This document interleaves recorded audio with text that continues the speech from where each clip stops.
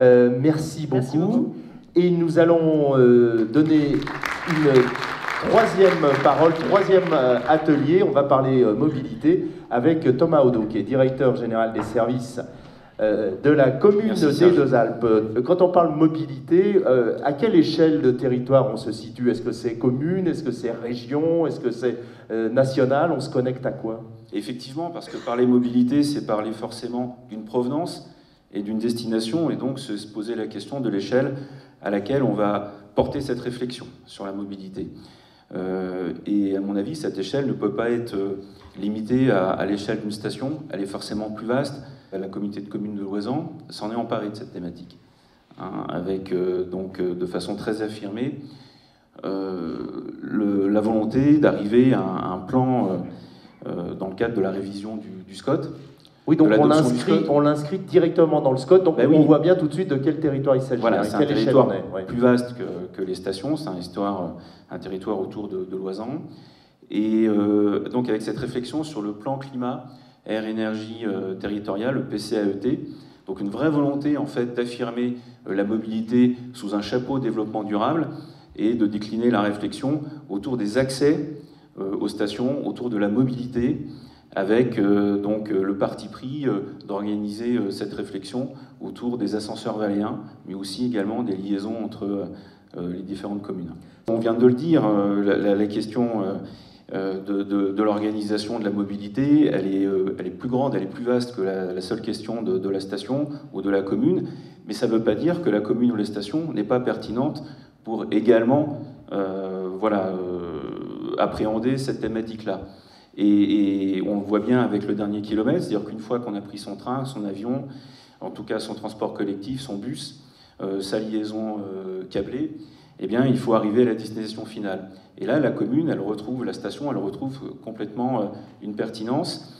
Par exemple, pour être très concret sur les Deux-Alpes, et je crois que c'est aussi le cas sur l'Alpe d'Huez, le dernier kilomètre, on va le résoudre de façon décarbonée, avec dès décembre 2021 des liaisons par navette, donc par bus au sein de la station électrique. Quel est le public concerné? Est-ce que c'est les touristes, les habitants, tout le monde? Oui, alors tu as raison, c'est-à-dire le premier réflexe, c'est de se dire la mobilité en station, c'est une mobilité pour les touristes.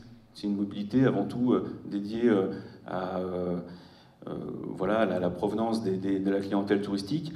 C'est pas vrai parce que la mobilité, ça concerne tout le monde. C'est à la fois effectivement les touristes, mais c'est également la population permanente, puisque cette population permanente qui réside sur nos territoires, pour donner un exemple, le Loisan, c'est 11 000 habitants, la station des Deux-Alpes, c'est 2 000 habitants permanents. Elle a aussi des besoins de mobilité. On a une problématique d'accès de la métropole à Loisan. Ça, c'est une vraie grosse problématique. Derrière, c'est de dire qu'on a effectivement une route qui est inappropriée. On a un goulet d'étranglement, et donc derrière, il faut qu'on arrive à travailler ce déblocage de ce goulet d'étranglement entre la métropole et au moins Visil, au moins Jarry, et pourquoi pas jusqu'à Visil. Et ensuite avoir des navettes qui puissent partir. Sachant que dans notre région, quand on prend nos 3 destinations de montagne, et nos villes qui constituent vraiment nos domaines, eh bien, c'est qu'on est les plus près de Paris, quoi, en fait, et on est les destinations les plus proches de Paris. Donc il faut qu'on travaille dessus. Ça, c'est la première chose. Ensuite, qui dit mobilité, on a parlé des ascenseurs valléens, évidemment, et on a un maillage qui commence à se préformer entre la vallée et les destinations. Donc on parle de câble, forcément. On parle de câble, transport par câble, et puis le sujet de la liaison entre l'Alpe d'Huez et les Deux-Alpes a été mis au milieu, et on a reprécisé que voilà, on est en réouverture d'enveloppe, mais que ce qui avait été pensé à l'origine du pic-to-pic, tout ça, c'est fini. On est vraiment sur 3 grands axes. Un axe whisky qui existe toujours, parce qu'il faut quand même toujours se répéter que le ski nous permet la transition, tout au moins l'évolution de la vision qu'on a de nos vallées et de nos destinations. Et ensuite, il y a l'urbain, c'est-à-dire que les gens peuvent travailler aux Deux-Alpes et vivre à l'Alpe d'Huez et réciproquement, peuvent monter d'un côté et de l'autre après avec notre maillage d'ascenseurs valléens. Et enfin, on parlait des ailes de saison, tout au moins on parlait de l'allongement de nos saisons, c'est de dire que tout le monde pourra venir en tant que piéton, en tant que VTT, en tant que contemplatif, en tant que voilà, et donner l'accès à tout le monde, y compris au PMR. Et donc sur la mobilité en montagne, on rejoint ce qui a été dit juste précédemment sur le transport décarboné. Donc la Loisan, son accès délicat, qui est effectivement enclavé. On regrette les années 1900 avec le chemin de fer qui arrivait à Bourdoisan. Et on espère un jour, pourquoi pas, retrouver cette voie de chemin de fer qui arriverait à Bourdoisan pour décarboner l'arrivée de nos touristes, puisque les ascenseurs valléens, on en parlait tout à l'heure, c'est extrêmement important, mais font partie d'un maillage global de destinations pour que les gens qui puissent venir dans notre territoire puissent venir de façon la plus décarbonée possible et non pas de venir en voiture et après prendre l'ascenseur valléen, mais de réfléchir, c'est des solutions globales depuis les métropoles. Excellente idée.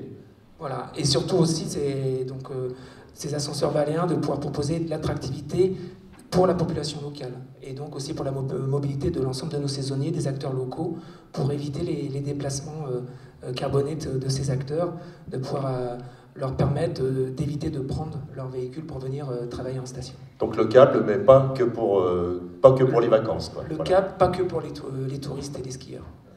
Donc notamment autour de la thématique des mobilités décarbonées et stations de montagne. On a également évoqué évidemment le chemin de fer, mais on a été beaucoup moins ambitieux que ça.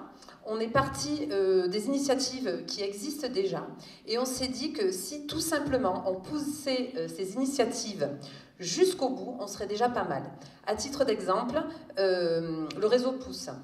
Autre exemple, pour être tout à fait concret, pour les Deux Alpes, nos élèves, nos scolaires qui vont au collège de Bourdoisan, pendant l'hiver, c'est-à-dire le moment où il y a les touristes, peuvent utiliser le télécabine de Venosque.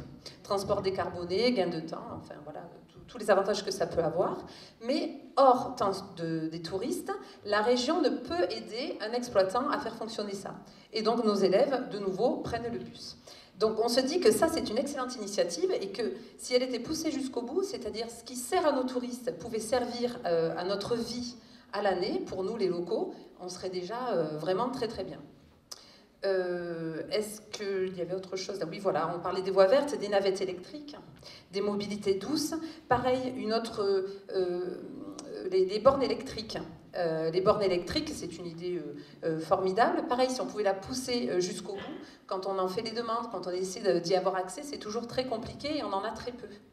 Donc voilà, si toutes ces idées-là étaient menées à leur terme, on se dit qu'on serait déjà pas si mal en termes de mobilité décarbonée et voilà, dans les stations. Avant d'inventer, mieux exploiter ce qui a déjà été mis en place. Exactement.